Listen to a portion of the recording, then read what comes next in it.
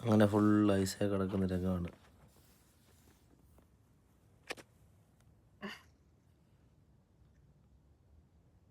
ഫുള്ളൊരു നദിയാണ്.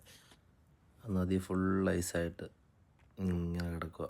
ഈ പിള്ളേരൊക്കെ വന്ന് കല്ലൊക്കെ എടുത്തെറിഞ്ഞ് അങ്ങനെ ഇട്ടേക്കുന്നു.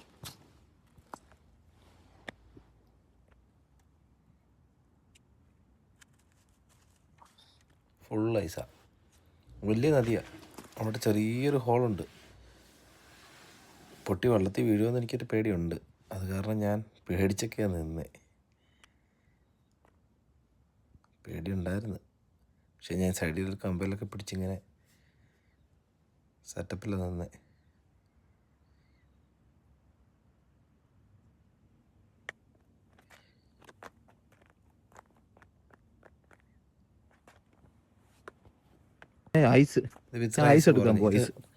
തൊട്ടടുത്ത ദിവസം ഉള്ളതാ.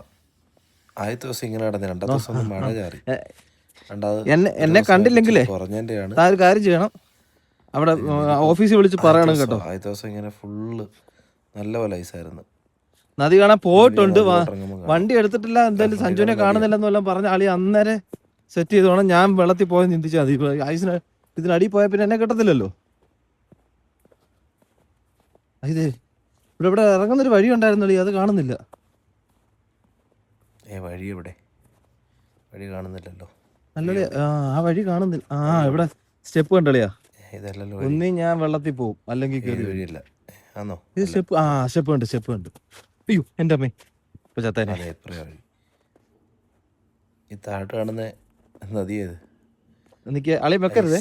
ഇങ്ങനെ സെറ്റായി കിടക്കുക. എടോ ഇത് ഐസായി കിടക്കുവാടോ. കണ്ടോ? താഴത്തിലടോ. ഒന്നും മനസ്സിലാവത്തില്ല. പൊട്ടിയ വെള്ളത്തിൽ പോകുന്നു. നല്ല ആഴമുണ്ട് അവിടെ. വലിയ നദിയാ അത്. ഇല്ലടോ. എടോ ഇതിന്റെ പണ്ട വലിയ കല്ലെടുത്ത് എറിഞ്ഞേക്കുന്നു, അത് താന്നിട്ടില്ലെന്ന്. ഇതിനകത്ത് ഐസിരിക്കുന്ന കണ്ടുള്ളൂ.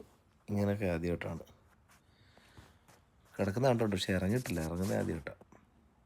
എടോ അടിപൊളി. പക്ഷെ അടിപൊളി. താഴെയൊന്നും അറിയത്തില്ല, പോയാലോ? എനിക്ക് പോകണം അളിയാ. പൊട്ടത്തില്ലായിരിക്കും. നോക്കുന്നുണ്ടോ? ഫുൾ ഐസാ. എടോ ഇത് ഐസായി കിടക്കുവോ? കാര്യമായിട്ട് പറഞ്ഞ